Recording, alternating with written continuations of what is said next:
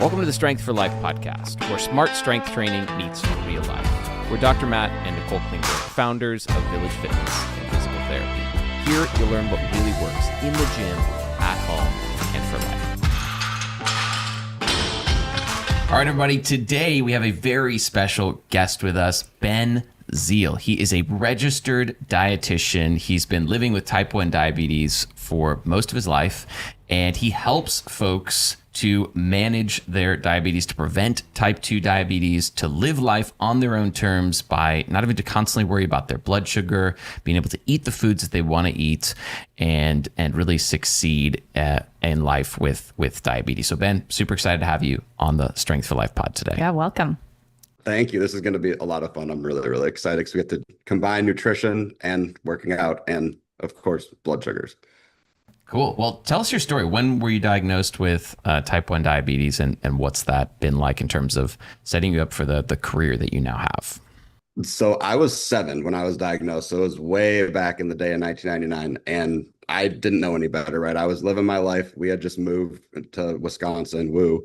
And my fam was like, oh, we're going to go to Six Flags for the first time. It'll be so fun. You're going to get to go on roller coasters. And I was really excited. And we walked into the gates, and within 10 minutes, my dad had gotten a phone call because he had noticed some behavior. He works in the health field that he thought may have aligned with type 1. And so I got my labs drawn at that point, and they gave the results 10 minutes into being at Six Flags. And my parents found out, hey, he's got type 1 diabetes.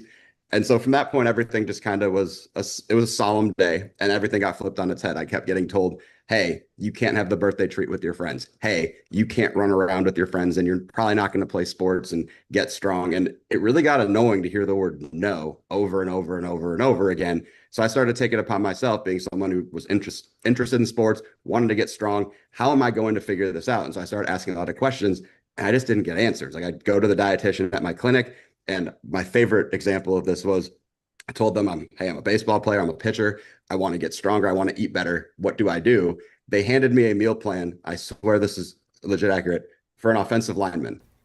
But I'm like, I am not an offensive lineman. I'm like 5'10", 165 pounds. This guy's, 6'3", 300 pounds. This probably isn't going to work. So no one could give me these answers.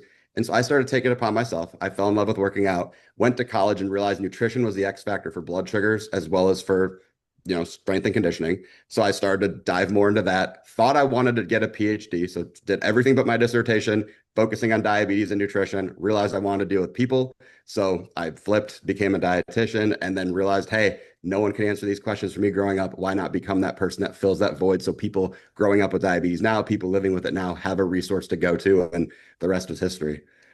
That's awesome. That's super cool. When did you start your Instagram? I started doing social media. It was my last year of grad school. Holy cow. 2017. One of my friends told me, he was probably on the earlier side for social media. He said, hey, once you graduate, you'll be very happy that you have a social media. So start posting now. Doesn't matter what it is. I had no idea what I was doing. Yeah. And I kind of just figured it out after some time. When you emailed me like a month ago, your like little tagline in your email said you had like 30,000 Instagram followers, and I looked at your Instagram, you have like 80,000. So I'm guessing it's exploded recently. In the last, probably about the last year, like it started to just take off, and I don't know what happened, if the algorithm suddenly liked me or people just resonated, or I started speaking about, I don't know. Or to me, I've always felt like it's been long overdue, because I used to joke, I'm like, why is my Instagram stuck? But my TikTok kept growing, and then finally Instagram started to catch up. So I'm what grateful. Do you feel like has been the most effective platform to get your message out that resonates with people? TikTok, Instagram, YouTube? I think it's a really good question. And I think that it probably just comes down to what people want. Like if people want and appreciate the science side of things or the education side, I think Instagram, people learn it more effectively. And I feel like there's just a better conversation there. I think TikTok, though, in terms of eyeballs and just getting out to as many people as possible, I think TikTok's the far superior platform. Mm-hmm. So, but I feel like everyone should be on both. If you're not on both, you're kind of doing yourself a disservice. Yeah. Cool. Well, let's jump into nutrition. And before we talk about the difference between type 1 and type 2 diabetes, I would love for you to walk us through what happens blood sugar wise when we eat a meal. What actually happens? How does our blood sugar go up physiologically? And then we can kind of dovetail that into diabetes, type 1, type 2. I was about to be like, how nerdy do you want me to get? Yeah. Into like Nerdy. We love it. gluten Yeah. transporters and all that. But basically, so for someone with a working pancreas, right? So not me or someone living with diabetes, what's going to happen is you eat the food, really even before the food, you start to see the food and your body starts to prime itself. Your, pancreas starting to give a little teeny sport of insulin. And then once you eat it, the food starts to get digested, it goes through your body, your blood sugar starts to rise. But effectively, once GLUT2 gets activated, the insulin starts to come out of the pancreas. That's why most people without diabetes, like if you eat something, I one time went and got pancakes with my friend. He was wearing a CGM. His blood sugar went to a whole 94 after eating like 140 carbs. Like, this is not fair. Yeah. But his blood sugar, it went up a teeny little bit and came right back to 82 because the body's so good at regulating it, and it knows and can prime and can give such specific amounts. For someone like me, my body doesn't do that, right? So in a nutshell, the food hits, my insulin has to be timed perfectly to know, okay, food's gonna kick in 15 minutes or so. I need to make sure my insulin's ready to go because it's gonna peak in 45 to 60 minutes. My number will probably go up, then it'll start to come back down. And then from there, ideally, if I nail the dose, whatever I started with is pretty much what it should end at. So if I started at 110, I should end at 110. If I start at 170, if my dose is correct, I should end there. But because of, the imprecision of living with diabetes, sometimes it ends up higher, sometimes it ends up lower. And that's the whole challenge. You have to be able to balance most of the time.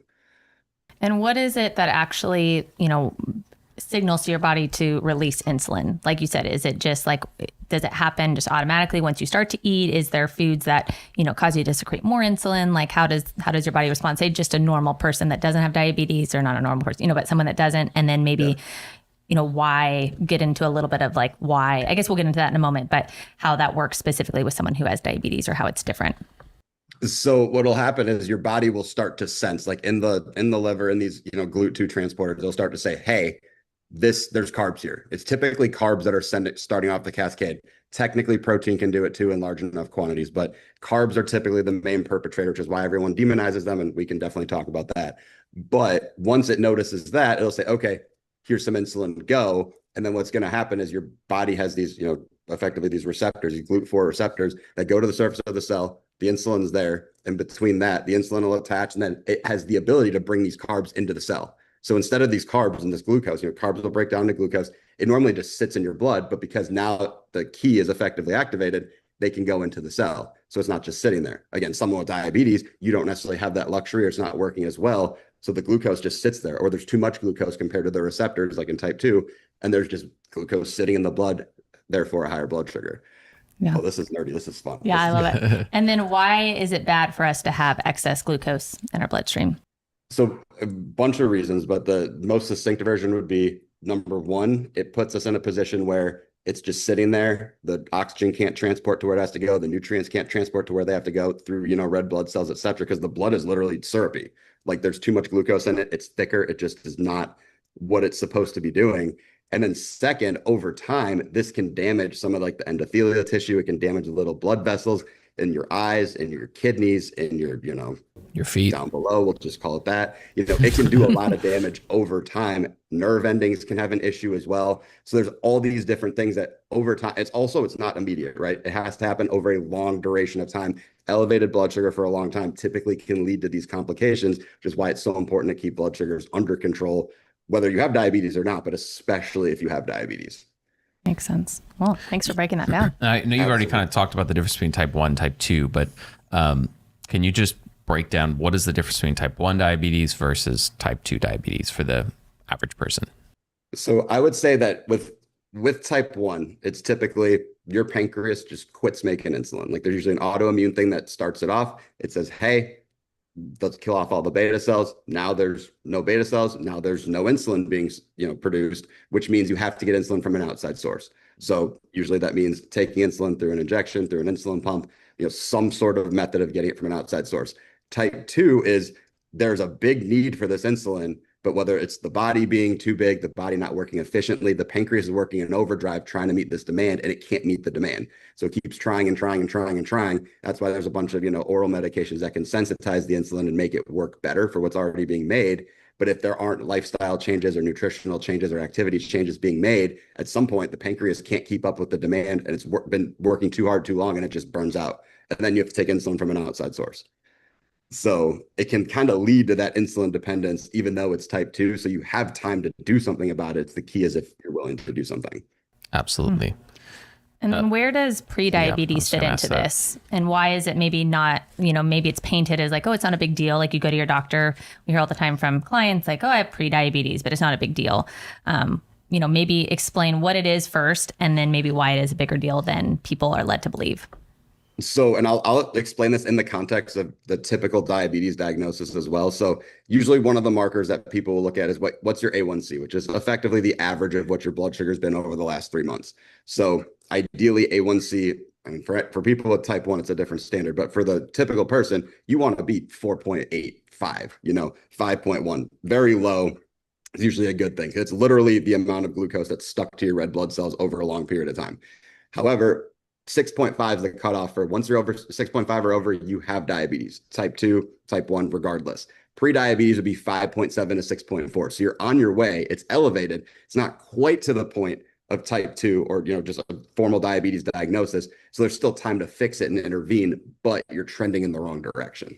So that's where it's kind of like a wake-up call, or should be like a warning sign. Hey, something is off. You need to do something, or this will develop into diabetes. So 5.7 is kind of your cutoff for, well, I mean, that is pre-diabetes by For definition, right? Yeah. Like if you're at 5.6, I wouldn't be like, oh, I'm 5.6. I'm in the clear. Like I would be thinking, I don't want to end up in the pre-diabetes range, because then you're going to be monitored more. There's going to be other stuff you have to do. Like ideally, you're hanging out 5, 4.8, 4.9. Okay, we got to talk. Mine was 5.4 when I got my blood work done. You're still fine. No, I'm not, Ben. I'm worried about me. I mean, okay. There's a million other. If you're 5.4 and you're sitting on your butt and eating Cheetos all day, yeah, I'm going to be a little more concerned than someone who's clearly living the message that they talk about. Okay. So But should still the average person, like how often should someone measure their A1C? And What age should somebody be starting to like check, or what warning signs should they be thinking where I need to get my blood checked? I mean, I would say for someone just, your typical average healthy person, yearly labs would probably be an ideal situation. Could you get them twice a year? Probably. And I would say, and this again, I'm probably biased given my diagnosis being younger, but once you're 18, I would think every year getting labs done would be a great idea. If you're under that, there should probably be a compelling reason. But beyond that, I would say that's probably the best thing there. Yeah. And then what about like testing your blood sugar, either like with a finger prick or a continuous glucose monitor? Like, would you recommend that for someone who, maybe isn't in the pre-diabetes or, has full-blown diabetes yet? I wouldn't necessarily rush to go do it. I don't think it's the worst thing to have on hand, kind of like in the, the cabinet in the bathroom that you don't go into unless there's a really big problem type of situation. It's like $20 at Walmart. But if you were to do that, I would say for symptoms, right, you're looking at, are you peeing a lot? Are you losing weight uncontrollably? This is specific to type 1. Like some people have lost like 30 pounds in a month out of nowhere. And they're like, what's wrong with me? Some people are thrilled they lost the 30 pounds in a month, but it wasn't by the right means, right? Yeah. But those are two big things, lots of peeing and lots of drinking water. Like diabetes is literally Greek for pees a lot. So that's, I'd say, one of the biggest things to be thinking about. Of course, irritability, just feeling like tired all the time for no reason. These are all symptoms of high blood sugar. But if people don't know, they're like, oh, I feel kind of funky. If it's going on for weeks on end, it might be worth doing a finger stick, but I wouldn't rush to do it without, consulting with the care team. Makes sense. Yeah, that's great. So let's talk about how big of a problem diabetes is in the United States today, specifically type 2 diabetes. So I was looking up some stats, and correct me if any of these are wrong, but I saw that like 11.6% of Americans today have diabetes. We work with a lot of older folks, so people, over the age of 60 often. And from my reading, it looks like even more of that group has diabetes, something like 29, maybe 30% of people over 60, 65 have diabetes. And this doesn't even take into account the massive number of people with pre-diabetes. And kids today are getting type 2 diabetes. And it used to be called adult onset type 2 diabetes. And now it's like, we can't call it that anymore. Because, I had a friend growing up who had type 1 diabetes. Only guy I knew that had type 1, but I didn't know anybody with type 2. And I grew up in, the 90s. So what's going on? And how did we get here? I mean, and without going down all of the crazy, conspiratorial rabbit holes, I think in a nutshell, and I say this with all the love in the world of society, but I think society has had a lot of things become very convenient and almost overly convenient. So they don't have to try very hard. Like you can order food on Uber Eats. It tastes good. It comes in, 30 minutes or however long. You can order your groceries. You don't have to really try a whole lot. All of this leads to you're moving less. You're not having to do a whole lot of things. And lifestyle wise, we're staying up later, we're scrolling, we're doom scrolling, whatever you want to call it. There's all these different factors in play where sleep has gotten, become less and less of a prominent thing. People aren't making the food choices that they could, and everything's hyper palatable. And then activity, there's so many things. You have a sedentary job, you then go to, sedentary activities afterwards. People love their video games, etc. So there's not enough emphasis on physical activity. And even the people that say, oh, I'm going to go to the gym for an hour, that's amazing. But what about the other 23 hours of the day? So there's a lot of factors where I think lifestyle wise, things have become really comfortable, which is great. But because no one wants to push that comfort zone, not no one, most people don't, then it becomes a lot easier for these things to happen. Plus, there's the genetic factors of, did it come through your family? If you're predisposed to it, it'll be easier for it to happen to you. Definitely. Yeah. So multifactorial. There's not one thing that we point our finger at and say, this is the reason. It's just a slow deterioration of our entire societal fabric. Yeah. And again, I say that with all the love in the world of society, and I love the direction of so many things, but I think that has contributed to making lives more difficult from a diabetes standpoint. Mm-hmm. So the stat was, for those over 65, the rate's 29.2%. Do you believe that? I do. Sounds right. Okay. And it's wild that it is, but I think at the same time too, from a pancreas standpoint, right? Those are also older pancreases. So their efficiency may not be as good just by default, let alone all the other lifestyle factors. And is it the older pancreas just doesn't work as well because it's older, or because it's been beat up over the course of the lifespan? That's I don't think anyone's ever asked me that before. I honestly would say, I think it's kind of a combination. I think just the age of it, because not like, oh, we get a new car, get a new pancreas, like that would be great, but it doesn't quite work like that. But then beyond that, I think there have been times where people may have had things that weren't great when they were in their 20s, 30s, and 40s, and now it's all compounded over time in a negative way. What, in your experience, has been the medical world's solution to diabetes? So somebody goes into their doctor, their A1C is 7. Yep. What's the first thing that the doctor is going to do for them in traditional medical world? So typically, and I would say this with a lot of people, ironically, with type 1 that end up being misdiagnosed with type 2 out of the gate, because they'll present with exactly what you're describing. Oh, your A1C 7, so it's high. Maybe there's a couple other symptoms. Maybe you lost a few pounds, or maybe you're peeing a lot, but we'll just put you on metformin and it'll all be better. That's typically the classic. They'll put you on something. Typically, metformin is one of the first lines. Maybe they'll put a different type 2 medication in there. Maybe, dare I say it these days, maybe they'll be like, oh, you can go on a GLP-1, it'll be okay, and that'll fix it all. And sometimes it does help at the beginning, but very often, again, it doesn't really solve the underlying problem. It just says, here's a Band-Aid for it. Have fun. And what does metformin do in plain English? Most of the oral drugs, metformin is the most common example. They typically just, in a nutshell, sensitize the body's ability to use the insulin that it's already making.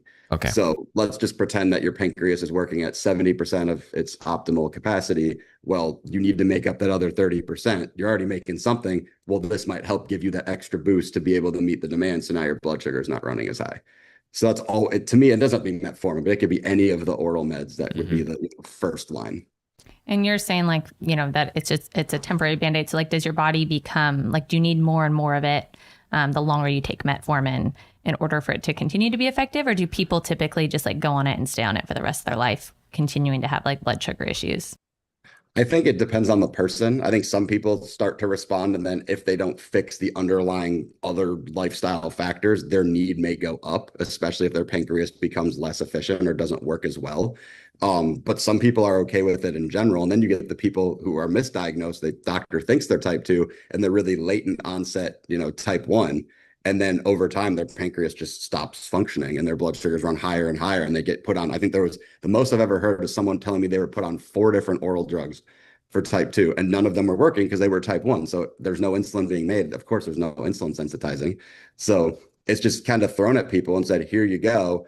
and not nobody, but again, not as many people want to do the underlying work. I tell people, whether it's a GLP-1, metformin, whatever, that is a helpful springboard to launch from to allow you to fix everything else underneath to then give you a better shot at, whether it's reversal, whether it's just better blood sugars, whatever it might be. Is that something that happens a lot where people get misdiagnosed with type 2, but they actually have type 1? I would say for adults, especially, because of course, like you mentioned the kid you knew growing up, or, hey, this is the one person I know with diabetes. People still characterize it as, oh, juvenile diabetes. Oh, you're a kid. Like I was 7. There's a lot more people now. I think the latest I've ever heard someone getting diagnosed with type 1 is like 65. Wow. Like it's just wild. And most of them are that, the LADA is what we call it, but like the latent onset where it develops really slowly over time. And so because of that, if you're an adult, you come in, you're like, oh, someone comes in, they're 20 pounds overweight. They present with all the symptoms of type 2. They're not even going to check antibodies. They're not going to do anything. They're just going to say, cool, you probably have type 2. Here's your drug. Bye. Have fun. See you in 6 months. When that doesn't actually solve anything. And I personally think if anyone's got diabetes or getting diagnosed, asking for the antibody test, it's just another blood test that will at least tell you if it's going to be type 1 or if it's not type 1. Yeah, that makes a ton of sense. So is type 1 completely genetic, or are there lifestyle factors you think today that are potentially exacerbating it? I mean, the answer I'm supposed to tell you is you're genetically predisposed for it.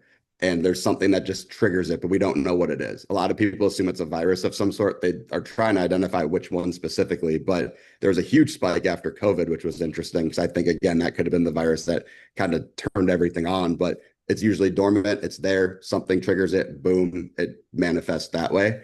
But it's autoimmune. So something has to be the thing that starts it. And if you have other autoimmune conditions, we joke, oh, if you've got type 1, you probably have something else as well. It's buy one, get one free. So autoimmune in general. What a deal. What a deal. Oh, I was gonna say it's not a fun situation. I think the record for that I've heard is someone having 9. And I was like, that is 9 autoimmune conditions. Yes. Wow. Dang. That was one of the few people where I was like, I do not think we are the best suited to support, because we could handle like 4 or 5. 9 is a lot. That's nuts. Do you remember starting to feel, I mean, I know you were 7, but do you remember starting to feel like suddenly there was something where you're like, I don't feel good, or my body's just like not responding the way I want it to, or feeling lethargic or more tired? The biggest thing I remember, and it's weird of all things, I actually remember having a low blood sugar, but not knowing what it was. Because I was at a summer camp and we went swimming, and that's a classic thing that will just knock your blood sugar off a cliff and just make it tank. And I was really hungry, like starving hungry, like as if I had a low. And then we sat down, we ate lunch, and then I felt better. And it happened 2 or 3 days in a row. I didn't know what was going on. I was like, oh, I must just be really hungry because I just did a lot of activity and swimming, and I was fine. So I didn't think anything of it until after I was diagnosed, and I realized that was probably a low blood sugar, and I just had no idea what the symptoms were. That's the one thing that I specifically remember. Interesting. And what led your parents to starting to get tests, and were there other things that kind of like triggered them, getting further testing and blood work and all that? Well, and I'm really grateful that my dad's in the field, so he knows kind of what to look out for. But from what he's told me, I was going to the bathroom all the time, and I had lost about 7 pounds, which doesn't sound like a lot, but when you're 7 years old and you're already relatively small, that's a huge amount. Yeah. And I wasn't trying to, and it wasn't like, oh, you're at camp and you're running around. I was still eating, and the weight just kept dropping. So that was definitely a warning sign. So between those two, that was enough for him to say, let's get labs. And I'm really grateful, because most people end up in diabetic ketoacidosis where they're admitted to the hospital. They're there for a week, 2 weeks. Their blood sugar is 900. One person I talked to once, their blood sugar was 1,500, and they were in a coma, and I'm just impressed that they made it. So it's insane. So they say it's bad enough, it will kill you. Oh, if your blood sugar gets super, super, super, super high, it can absolutely. And DKA is scary because you literally, everyone talks about the keto diet. So that those same ketones, if your body can't do anything with the sugar that's sitting in the blood, it needs energy somehow. So it starts to break the fat down that you have stored into ketones, makes your blood acidotic. And once that starts to happen, once it's acidic, you start breathing out these ketones, like your breath is kind of fruity. It feels really gross, but over time that can eventually lead to death if you're not careful. So it's very scary. Yeah. That is super scary. Before we get into talking about what people can do to control their blood sugar, I'd love to just touch on prediabetes.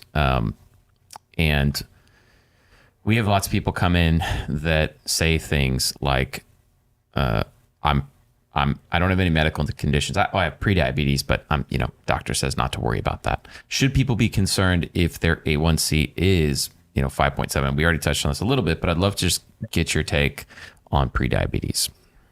I think it's something more so where I would use it again, like kind of like a warning sign, kind of like a, hey, like if you would think of a traffic light, right? Green, yellow, red, I'd put it on yellow. Okay. Like you're paying attention. What can you potentially do? And obviously, like you said, we'll get into what people can do in general, but you should probably start digging into what you're doing lifestyle wise, nutritionally, activity wise, sleep, stress, etc., to see how you can get that a little better, because it still can manifest as full blown diabetes.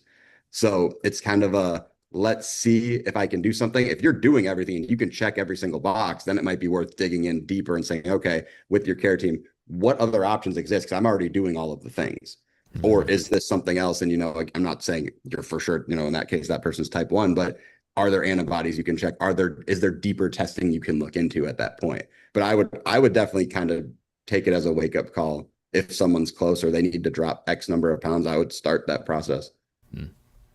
All right, let's talk nutrition.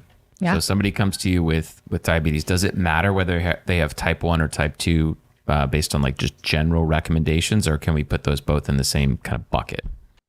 I would say, and I think it's a really good question, I would say most stuff overlaps probably 80-90%. The biggest caveat is when it comes to obviously the type 1s needing insulin, that just becomes the wrinkle in the equation that the type 2s likely don't have to worry about. But medication to an extent is medication. If you miss time at type 1 or type 2, you can still end up with a low, you can still end up with a high. So I'd say there's enough overlap. So you could talk about it just in a nutshell. Okay. Well, talk to us about nutrition. What's most important? How do you counsel people from a nutrition standpoint who have diabetes, whether it be type 1 or type 2?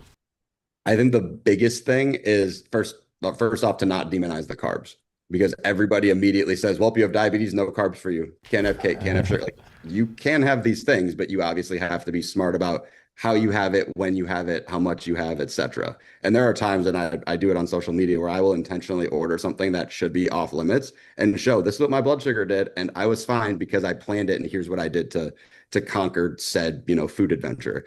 But the biggest things out of the gate that we always try to advise to our patients and to people in general is there's got to be sufficient protein there, because protein is going to help stabilize your blood sugar. Of course, there's obviously the recovery impact from a workout perspective, but from a blood sugar side, it will help stabilize things.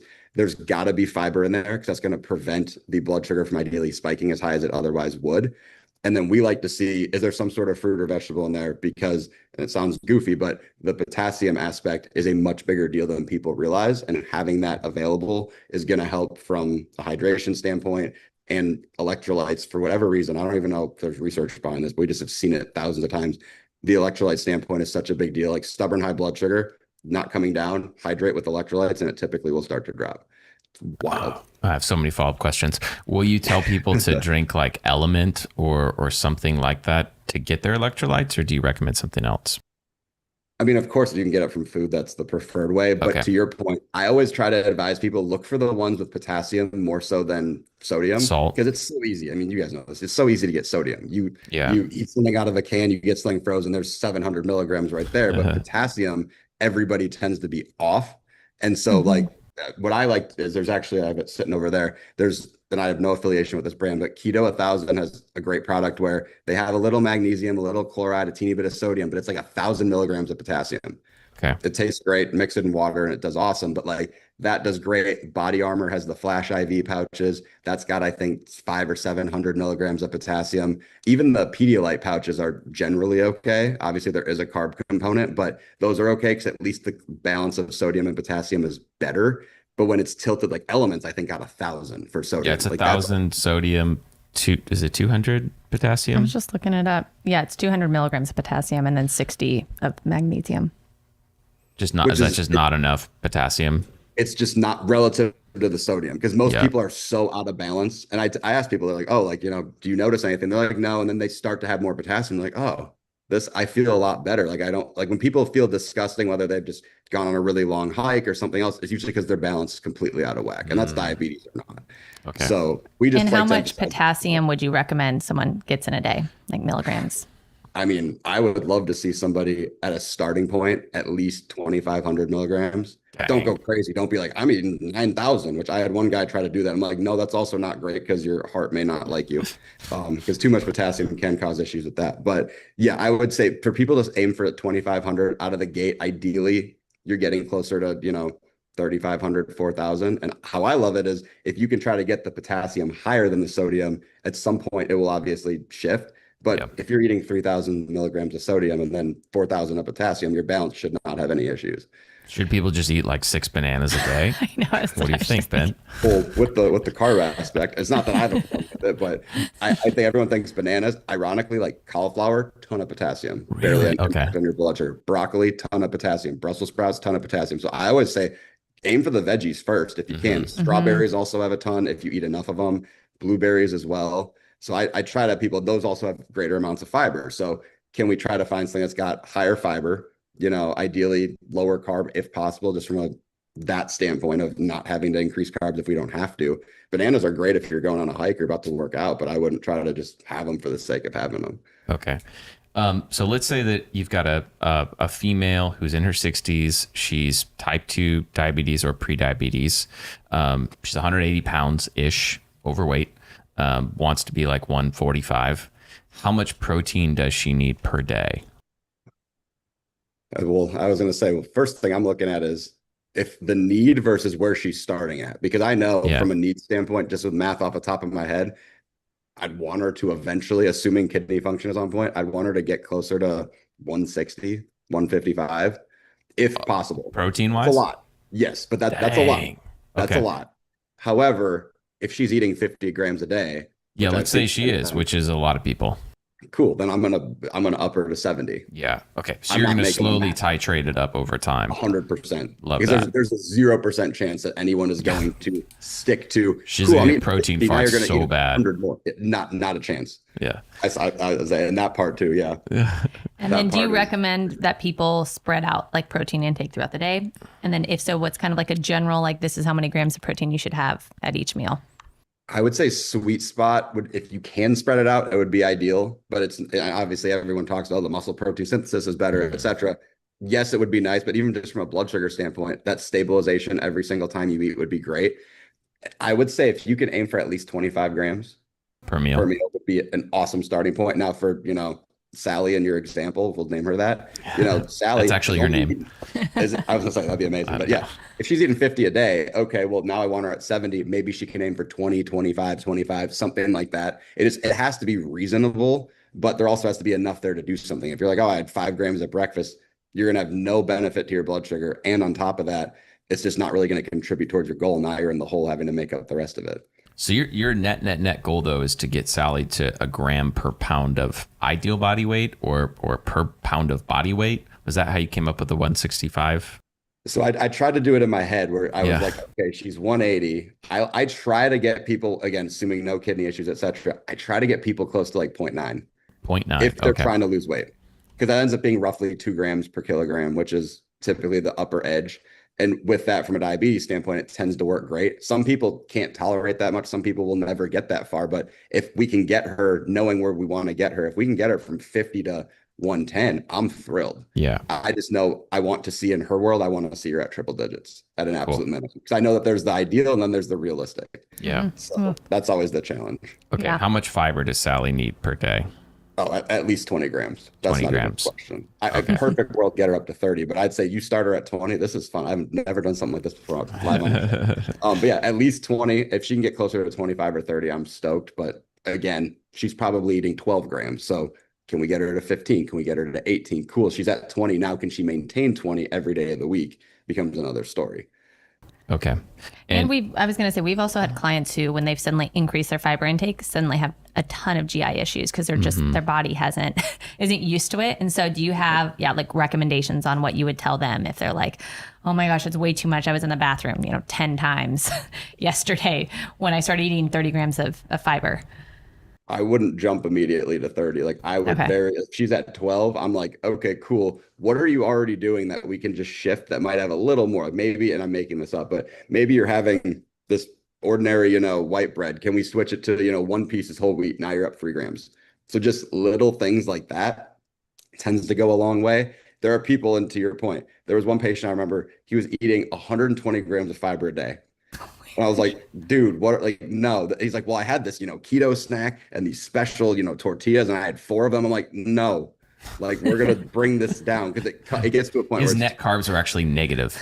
exactly. Yeah, he was at negative 10 net carbs. Oh my God. When I was a kid that I saw a label that had negative carbs on it. I was laughing. I'm like, I could eat this all day and it would be great. But I obviously didn't. But I didn't know that was possible. I was joking. Oh no, that was the only label I've ever seen. I obviously wish I had a picture, but that was before, phones with cameras were a thing. Yeah. But regardless, very slow. Like I would not just jump. And if someone's I have tortillas over there that have like I think 10 grams each. She could add that in, but if she starts getting GI distress, it might be an every other day type of add-in until her body gets used to it. Okay. Got it. What's your take on seed oils and diabetes? Like, do you think that they have any effect on people with diabetes?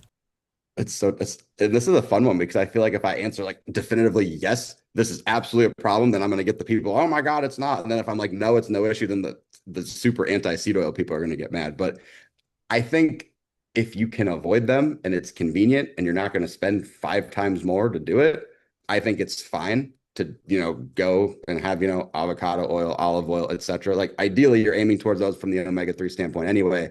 But if you eat something that has seed oils, you're not going to, spontaneously combust. Yeah. It's just a matter of, can you still balance that out with enough omega-3s from other sources, ideally fish, right? Or just straight up olive oil to counteract that. But from like, free radicals, this and that. In the diabetes world, we've already got so much of that stuff going on anyway. Like a little bit of seed oil is not going to tip the scale one way or another, most likely. Nice. So we talked about carbs and how I think if I'm getting to know your perspective a little bit, you want people to feel the freedom to have food adventures, which typically include carbs, which I want to ask you about some of your food adventures in a little bit here. But if you had to recommend for a Sally, let's say she's like, I just want to be healthy. How many grams of carbs per day should she be eating outside of her food adventure days?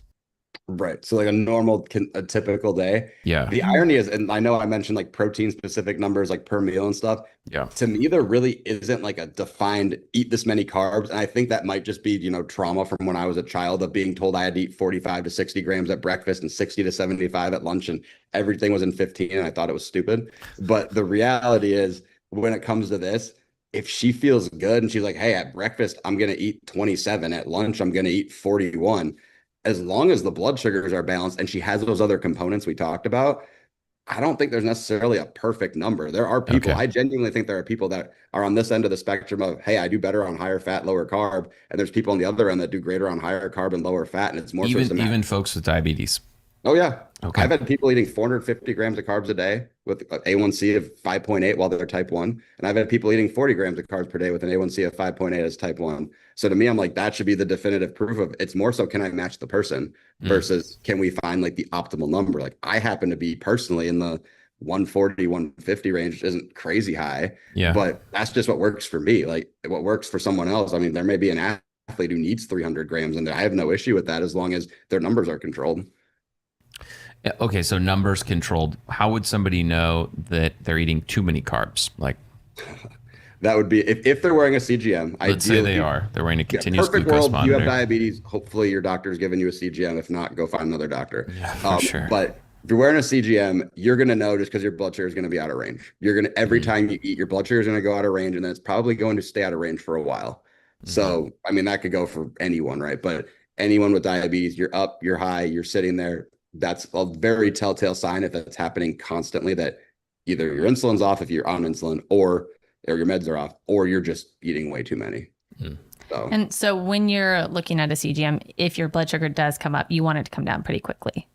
Yeah. Like you just don't want it to stay up for a long time. Yeah. The in my mind, the worst, and I'll use that, air quotes, the worst thing is if your blood sugar is high and it just stays high, because then that's where all of the, microvascular issues will start to happen.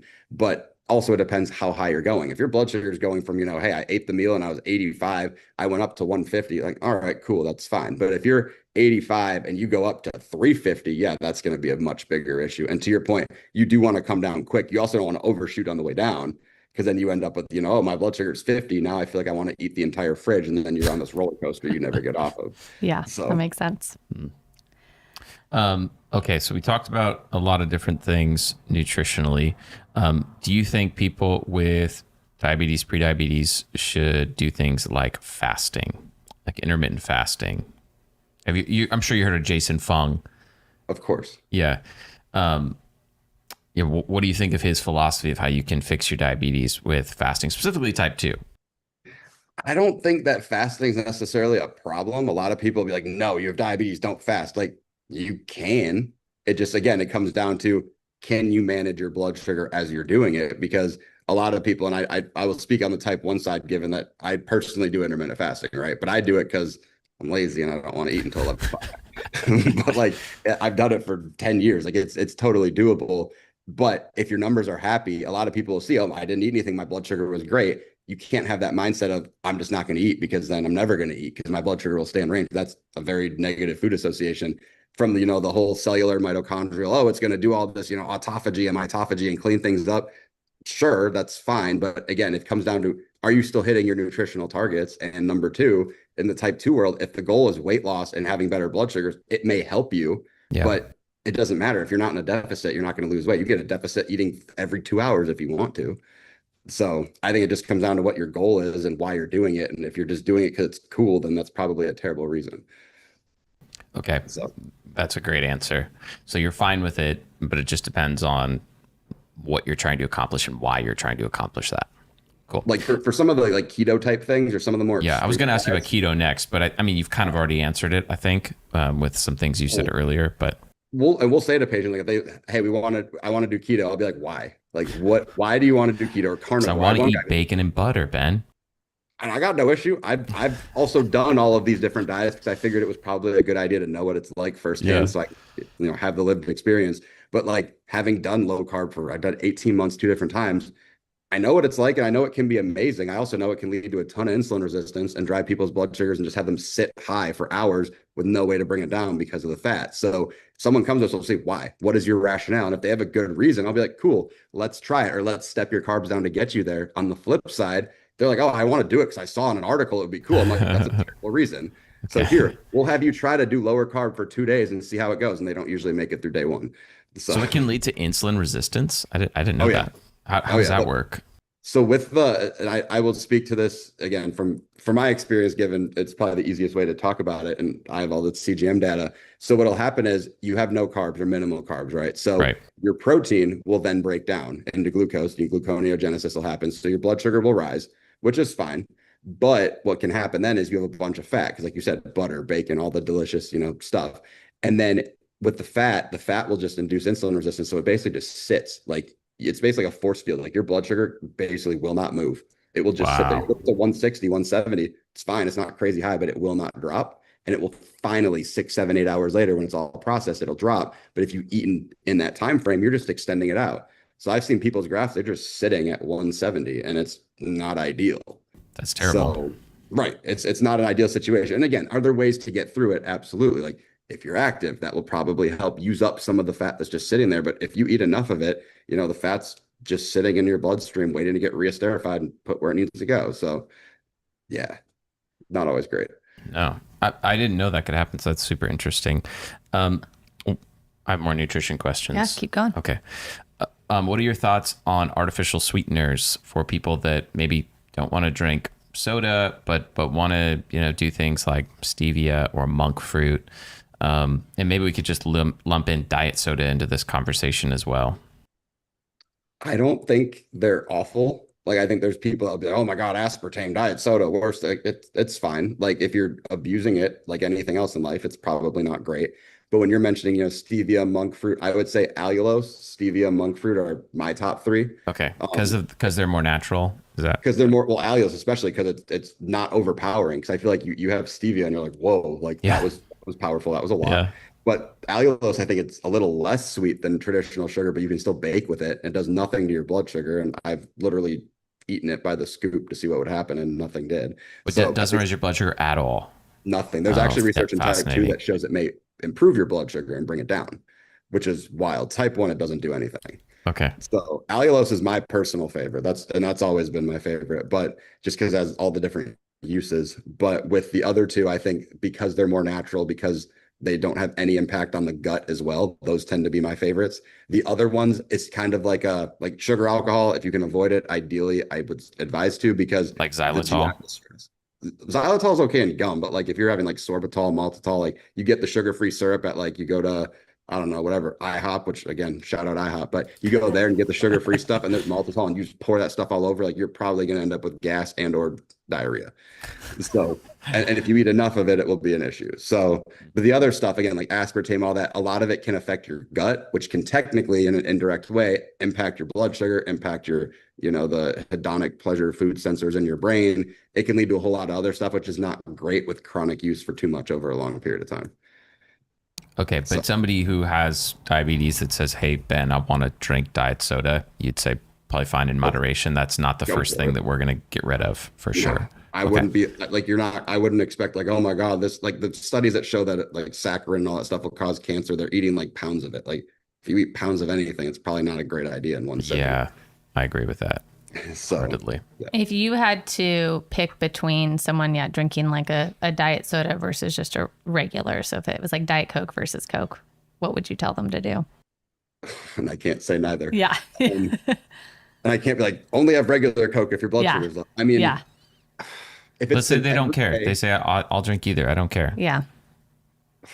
But they're especially if they're used to drinking soda. Yeah. From a health standpoint, I think I have to answer the diet one. Yeah. It's, again, neither is an ideal situation, but at least I know your blood sugar is not going to go to the moon, because I feel like the regular soda for low blood sugar is totally fine. But when I see people like food diarrhea and they drank a Dr. Pepper, I'm just like, why? Like, and then especially I see the graph and it's like, voop, there you go. I'm like, well, what was the point of that? Like, that was preventable, man. So, so you said something really interesting earlier, which was you did a food adventure recently and you prepared for it. So I would love to know, what was your latest food adventure and how did you prepare for it? So that I'm guessing you managed your blood sugar through it.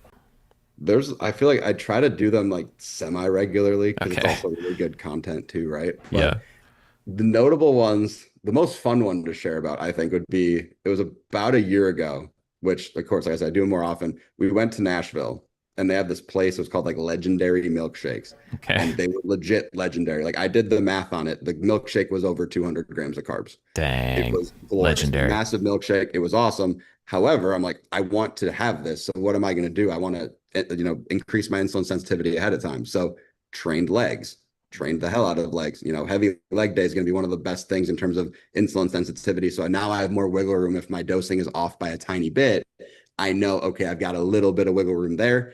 We walked a bunch that day, so I knew that's also going to boost insulin sensitivity. I had protein ahead of time, so I know, okay, that should help with a little bit of stabilization. There's also going to be obviously fat within the milkshake, so technically that will help a little bit with stabilizing blood sugars. Could lead to a spike later on, but I was aware of that. And then the biggest thing was really just sitting down, and it doesn't have nutrition information. Like, you have to figure out how much is in that milkshake. And I sat down, went through each component of it. I think I even made a video for it. Went through every component. It had cookie dough chunks. It had the ice cream, the syrup, everything. Went through all of it. Did not eat the whole thing. I will say that in full disclosure. I probably had 2/3 of it, and my wife ate the rest of it. But made sure I dosed on time. And because of all of those factors, my blood sugar was just flat at 130 the whole time. It came in at 120, went to 130, never peaked and came all the way down. It was just. And you didn't take a bunch of insulin. Oh, I did. I had to take insulin. Oh, okay. I would have been in the hospital. That would be very. But that's impressive. I was that is the one perk for being a type 1 in that situation, is I can take the insulin as long as I know what the heck I'm doing. Yeah. But what I hate is when people are like, oh, I can eat this milkshake all the time because I can just take insulin. That's a very not great mindset to get into. I love that you said that. I 100% agree with that. Yeah. It's fine. I did that. Well, I did that a year ago. I'm not out here having a milkshake every week. It's hey, I had a milkshake then, and maybe every now and then I want to get some ice cream. Cool, I can do it. But you just have to be able to. We do the 90-10 rule. 90% of the time you're on point. 10% of the time, live life, have fun, but also dose appropriately. Yeah. So somebody without diabetes, if they wanted to do that same thing, they're like, I want to drink this giant milkshake. Should they do the same type of stuff? Should they be thinking, man, it'd be good if I walked a bunch, if I trained legs really hard, or just trained in general some big muscles within my body, and ate protein beforehand?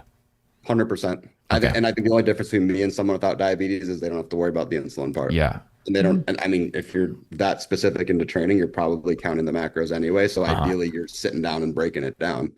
And it's amazing because that way also I fit that into my target for the entire day. So it wasn't even like, oh, I just blew my target out of the water and had all this crazy food. I'm like, I built this in and still was able to have it still hit my target. And I think I PR'd my bench the next day, which was nice. So Nice. Milkshake PRs, baby. exactly. That's why I would tell people, like, use that food to power your next PR. Like, do it smart. So Okay. This is a great segue into Yeah. exercise. Yeah. I was going to say, what do you think is like the most important thing from a movement standpoint for people with diabetes? Like if you had to rank it, say like low level movement, strength training, endurance training, how would you rank it for someone with diabetes? Like what should they prioritize? I would say I almost want to have a 1A, 1B, and then the last one. But I would say 1A, 1B would be strength training, and then low level movement, like the list, as you called it, kind of the, low intensity, and then cardio after. Like I think all of them are important. They all have their place. But from a strength standpoint, muscle is going to be one of the biggest, providers of insulin sensitivity at baseline. Working out in general, you do one workout, it'll boost your insulin sensitivity for up to 72 hours, which is great. Of course, the more you train, the less of an impact you'll have, and it might be only 24 hours.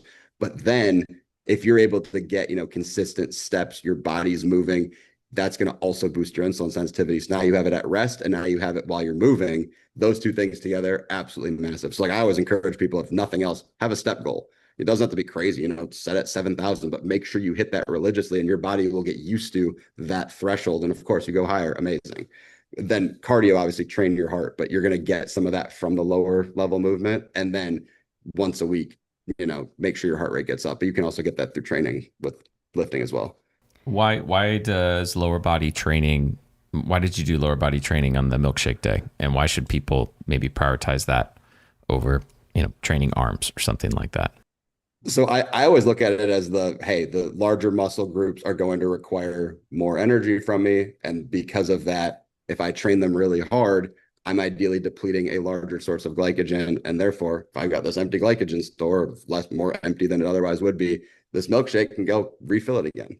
So that's how I try to do it. And I try to time like lower body movements. I also do crazy leg days. Like people don't usually like doing legs with me because of that. But because of that, I know I'm training my butt off. It's going to help. Yeah. What is a crazy leg day for you? I would love to train together sometime, by the way, if you're ever out in LA. That would be glorious. I wish I knew this a week ago. Then I would have been like, yeah, let's go. So leg day for me, I love whether you call it barbell hip thrust or glute bridge. Nice. I'll go very heavy and I'll do volumes. I'll do like 4 sets of 10 or 12, but I'll go to I think my 4 sets of 10 is like 500 pounds. So I've worked my way up to that. Then I'll also make sure I'm deadlifting. I superset everything. So that glute bridge will be with, Bulgarian split squats. Then I'll have jumping movement because I want to still stay athletic. Then I'll go into the deadlifts, single leg squat to box, another jumping type of movement. Then I'll go into leg press for, 3 sets of 25. And then I'm just going crazy volume. It works, hack squats, all that fun stuff. But a lot of people don't like it. I don't know. I feel like you guys would be able to handle it, but a lot of people may not. I'd be down. I'm down for whatever. I just can't back squat. It's the only thing I'm not allowed to do because my hips all jacked up from baseball. So I wish I could. I used to have literally every Sunday was Sacred Squat Sunday, and no longer. Squat Sunday. Yeah, it was a sad day when I couldn't do that anymore. Oh man. All right, I want to work on your hips sometime too. Yes, please. That would be amazing. I've been in, as you guys appreciate, I've been in PT forever because I'm a bucket of fun. I'm convinced diabetes has something to do with it, but I don't know exactly what. Yeah. So It's amazing you're able to do all the other things that you can do though. Like it sounds like it's not limiting you outside of just back squats, knocking on all of the wood. Yeah. It's not. I mean, and I'm not going to be out here being like, oh, my form's amazing on everything and I'm absolutely perfect at it, but like anybody else. But yeah, I definitely have a cam impingement. Yep. I got one of those probably too. So for someone with diabetes, how many times a week would you recommend that they strength train? And then, outside of a step goal, what would you recommend like cardio wise that they try to incorporate into their lives? I mean, perfect world. And obviously everyone's got to start from somewhere, but perfect world. I'd love to see 3 to 4 strength training, workouts per week, 1 to 2, like not high intensity, but you're getting your heart rate up. You can't have a casual conversation, type of strength training or not strength, cardio. And then if you're just starting out, I'm like, hey, twice a week, 30 minutes, have at it. Do something strength related in your house. Like, I don't care. You've got a counter. If you can't do push-ups, on the floor, do push-ups on the counter, do lunges, just whatever you can do, just something to get yourself going with momentum strength wise. And then I feel like the step goal, in addition to like the 1 or 2 concentrated cardio bouts, should be plenty to start out with. So love it. That's great. What other lifestyle habits would you recommend? Well, let's talk about each one. Okay. Yeah. Well, I was going to say, what's most important? Sleep, managing stress, sunshine, red light therapy. Like what is the most important lifestyle habit or biohack, cold, heat, that people need if they have like their nutrition and exercise dialed in? I always tell people the biggest X factor in blood sugars is sleep. Yeah. Like, it is insane at the difference. You could literally have a day where everything is exactly the same as the day before, but one day you slept for 5 hours and one day you slept for 9 hours. The day with 5 hours, your blood sugars will be higher and they will be harder to come down, and you're more insulin resistant just by nature of there's so much more cortisol floating around because your body's under duress because you didn't sleep good. Yeah, I found the same thing because we both wore a CGM for a long time at the start of this year. Got blood work before, did this like challenge with our clients. We called it the Good Energy Challenge. And I found the days where we didn't sleep well or didn't sleep enough, just way harder to manage blood sugar on those days. So it's cool to hear you say that. You also had he coaches our son's Little League baseball team, and he would see spikes during the games from stress in his blood sugar. I care too much about Little League baseball. Adrenaline is a nightmare. And the worst part is you really can't do anything. Like, I was just having the conversation with someone yesterday. They're playing high school baseball, and like, I'm trying out for this new team. It's super competitive. Everyone's really serious. And my blood sugar keeps going up. I'm like, that's because of the adrenaline. And there's really, until your subconscious brain chills out, there's not a whole lot you can do. Like, it's going to go up and it's going to stay high until you chill out, because people be like, oh, I took a bunch of insulin to bring it down. And I'm like, cool. Then in an hour, when you're chilling out, you're going to fall off a cliff because, you have all this insulin on board and now your mind chilled out. So yeah, the spikes that you saw, it's probably very, very, very telling when you're like, okay, I did this thing and this is what happened. Like, it's wild. I feel like a lot of people in my situation take it for granted because we have to look at it all the time. Mm-hmm. Yeah, that makes sense. So what would you say after sleep? What would be the kind of like next thing that you would, coach someone or recommend that they focus on? I would say minimizing stress, because I would probably be a close second after sleep, as evidenced by, just the adrenaline. But in general, stress, just chronic high level stress will also raise your blood sugar and keep your blood sugar there. So we always try to tell people, hey, if you're down to meditate or at least try meditation, it tends to work really, really nicely. And if you are really stressed and you're anxious and you feel it physically, it's probably enough that it's impacting your blood sugar negatively. So I would say sleep and stress are massive. Red light therapy is great. It's just more so not even an access thing. It's just if people even know it exists, because I think it's not at the forefront. Does that help with blood sugar? I haven't personally done it. I'm really am intrigued. I have a couple patients that have, and they love it and swear by it, and their blood sugars are really good. So it makes me wonder if it does help, but I've never personally done it. Nicole has like every red light device imaginable. She's got a face mask. He makes fun of me, but he uses it too. It's true. I do. It's true. I like a wrap. I have my favorite one is the Loom box. Because I guess there's just different iridescence and like wavelengths. And so from what I've read and my understanding is that like if it has a higher iridescence and the wavelengths are correct, it's going to like penetrate the cells where is needed, and it's going to help decrease inflammation. And then it's supposed to help with joint pain. So what about maybe blood it'll help. sugar? Blood sugar? I didn't see any research on blood sugar, but maybe it'd help with your hip.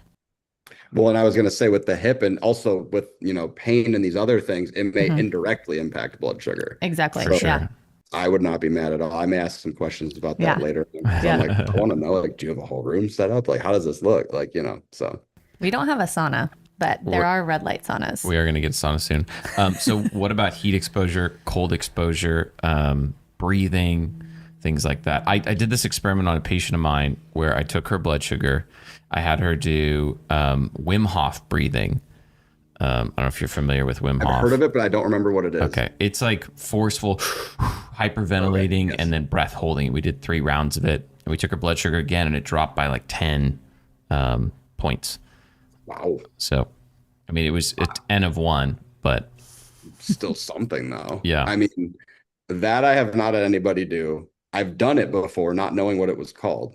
and I didn't notice anything blood sugar wise, but it Okay. was part of I do a lot of like, hypnotherapy mindset stuff. So to me, it's fascinating. And it was part of the whatever we were doing that day. But beyond that cold and heat exposure, I will say I don't think they're necessarily like, oh my God, they're gonna for sure move the needle. I tell people when seasons change, absolutely can impact your blood sugar. Like when it does get colder, you can become more resistant, but a lot of that's tied to, are you moving less? Are you, not going outside as much? That type of deal. You're easier access to food. However, if you're just hanging out outside, it can increase the resistance a little, but once you start moving, your body's working harder to keep yourself warm. That can lead to you dropping faster. So that I've noticed. But if it's like cold plunges, I know a couple of people with type 1 who do cold plunges all the time, and I don't know a whole lot in terms of what it does. Showers, though, lower people's blood sugars a lot. Cold showers or Not just everybody. any? Cold plunges, I don't know. I'd have to ask. Cold showers or just regular, any type of shower? Regular, like the hot shower, I'll see their graph and it'll just like drop and then it'll come back. But some people have legit lows or they're symptomatic. And I used to think, oh, is it just the CGM overheated and it's an error? But I don't think it is. I think some people legitimately drop from showers, which is wild, from a hot shower. I wonder if it's just like their stress goes down, cortisol lowers. Like they just like aren't doing anything else. So their body actually like kind of goes into a more restorative state. It very well could. The other thing I can think of with heat is obviously, as if someone's on insulin or using one of these medications, it's a chemical reaction. And so heat's going to speed it up. Mm-hmm. That makes sense. So if heat speeds up a chemical reaction, it could lead them to dropping a little bit. So that's another thing that could possibly be a hypothesis, but I don't have any like hard data. Makes sense. Okay. Supplements. Are there, do you want to talk about anything before supplements? No, I was going to say, I want to jump into supplements. Are there any supplements that are effective for managing blood sugar? That's a good question. There's some that like the research will say, oh, this might help. This could be good. And then it's a matter of if you actually see it or not. To me, I mean, from a blood sugar only standpoint, because I also look at it, holistically, right? I'm like, are there eye supplements you can take that might decrease your risk of, if there's bleeds or something, fixing those. But the biggest thing I would say I usually have people consider is vitamin D, because there is a lot of research showing that a lot of people with diabetes have a lower level of vitamin D. Also, then vitamin D, of course, has ties to immunity, and then lower vitamin D, those people have higher A1Cs. So typically that's the first line of defense that I think is really important for people. I think zinc in general, diabetes or not, is huge from an immunity standpoint. And I think everyone should be taking zinc every day. But that's just me. It's like 25 to 30 milligrams. Those are like the two that I'm like, yes, do this. Beyond that, it's kind of a, person specific thing. If you look at the data, like for BCAAs, which I know everyone's like, oh, BCAAs, LOL. But, some of them show it being great. Some of them show it being terrible. So I'm kind of like, Magnesium can be helpful. I'm trying to think. The one I'm most interested in that doesn't have a ton of data behind it are all of the different like mushroom supplements. Not like, the fun psychedelic mushrooms, and I'd say that jokingly, but like the what is it? The reishi, the lion's mane, cortisol, all that stuff. Yeah, lion's mane. Yeah. That has some interesting stuff coming out in terms of potentially helping blood sugars, especially in type 2. But I don't have enough experience with people actually taking it. The couple people I've had on type 1 or with type 1 who have taken it, they seem to have great blood sugars with them. So, what about berberine? Have you ever utilized berberine? For type 2s, I haven't personally taken berberine. Some of the type 2s love berberine. That one, I think it has utility. I think some people may over rely on it, and people are like, oh, it's nature's, version of metformin, and it can be. But I think some people over rely, and of course, the source matters. The other one that I think is useful potentially is ashwagandha. But I feel like that one is kind of a catch-all. Ashwagandha forever. Literally. That was good. I like that. Good. Every time Nicole says ashwagandha, I say that. So I might steal that now. You should. My wife's going to be like, what are you talking about? Because she doesn't know the movie. She doesn't know Black Panther? She doesn't know it, no. Have you seen Black Panther? Yeah, a long time ago. Okay. Also, that came out back in the day. What? But yeah, ashwagandha does, it does like literally everything. But that's the one I would say, because if it chills you out too, that'll indirectly help the blood sugar. But it's been shown that it will improve blood sugars in type 2s. And then what about cinnamon? Like I've heard, just like sprinkling cinnamon in your coffee, different things like that. Like, do you recommend that people add more cinnamon to their diets or not necessarily? No, if you like No. it, eat it, but it's not going to Yeah. do any like world breaking stuff. I did try Okay. that one for fun back in the day just to see it didn't, it just tasted good. Like my burps Yeah. tasted good. That was it. So, but yeah, there's nothing like, holy cow, this is the greatest thing ever that Hmm. I've found in terms of like everyone with diabetes should take this. There's stuff Hmm. that I might say, hey, this is consider adding this to your arsenal. And I'll post sometimes on social, like, is vitamin E worth it? I'll go way out and do like, is stinging nettle worth it? Like, because there's people that talk about these things and some of them are worth it. Some of them are just like, it could be helpful, but there's not enough data for it. And with the diabetes world, it's usually type 2 with the studies because there's a bigger population to pull from. That makes sense. So what supplements do you personally take? So I take ashwagandha, I take magnesium, I take the zinc, I take the vitamin D, I take this eye complex thing just because, like I mentioned, like eyes are so important for diabetes and anything that can help. I'm obviously gonna try to, do that. I'm Totally. trying to think of anything else. Um, I mean, I don't count protein powder as a supplement. Collagen's the other one. That's the other one that people should take because people with diabetes make less collagen, and people with type 1, doesn't even matter if you're well controlled, you make like 40% less and your skin's drier. Mm. So that can be a big thing from connective tissue, skin, all that stuff. So that's the other one. I knew there was one more that was big, but that would be the other big one. I mean, I sometimes will take glutamine just because I have it and I'm like, I should use it. But you know what I mean? Like the rest of them are kind of like if someone sends it to me or like I happen to just have it, I'll be like, oh, I'll take this. This will be cool. But there's nothing that I'm like, holy cow, this is the greatest thing since, forever. That's super helpful. Yeah. What are your current like training goals? What are you trying to do? You know, Me personally, Yeah. I mean, you guys will appreciate this. I want to be able to move better. You'd laugh if I showed you my external rotation. You'd be like, dude, like, no, it's very bad. Like, again, I don't know if it's diabetes related. I think there's a lot of incidents of frozen shoulder and diabetes for both Yeah. type 1 and type 2. So That's one of the first things I ask people who think they have frozen shoulders. Do you have type 2 diabetes or do you have diabetes? Because it's so connected. that scares the bejeebers out of me. So that makes me want to get better with, mobility. But I would say, thoracic mobility, hip mobility, external rotation, internal rotation. Like I go to PT literally every week. I also, like going, so I'm that weirdo that enjoys it. But at the same time, that would be my biggest thing. Of course, maintaining strength and being able to move and be an athlete. But there's nothing like, oh, I'm training for this crazy lift or I'm training for, a show, or I feel like that's either behind me or at least it's behind me for right now. Yeah. Well, the reason I asked, I was going to ask what you eat in a day. And I thought it'd be good to caveat that with what you're training for. So I'm Sounds like curious. life. Yeah, life. Life, So, yeah. so somebody who's fit, lean, strong, has type 1 diabetes, what do you eat in a normal day other than the occasional milkshake? I mean, well, and for me, it's typically breakfast and lunch are very similar. And then because I do the intermittent fasting, my lunch is probably more like a snack to most people. But I mean, I'll do a bunch of eggs and egg whites with, fill in the blank green veggie of the week. And then, mushrooms or peppers or something else. I'll have, what is it? Protein powder, peanut butter, and Greek yogurt combined is an amazing combination. So I do that very often.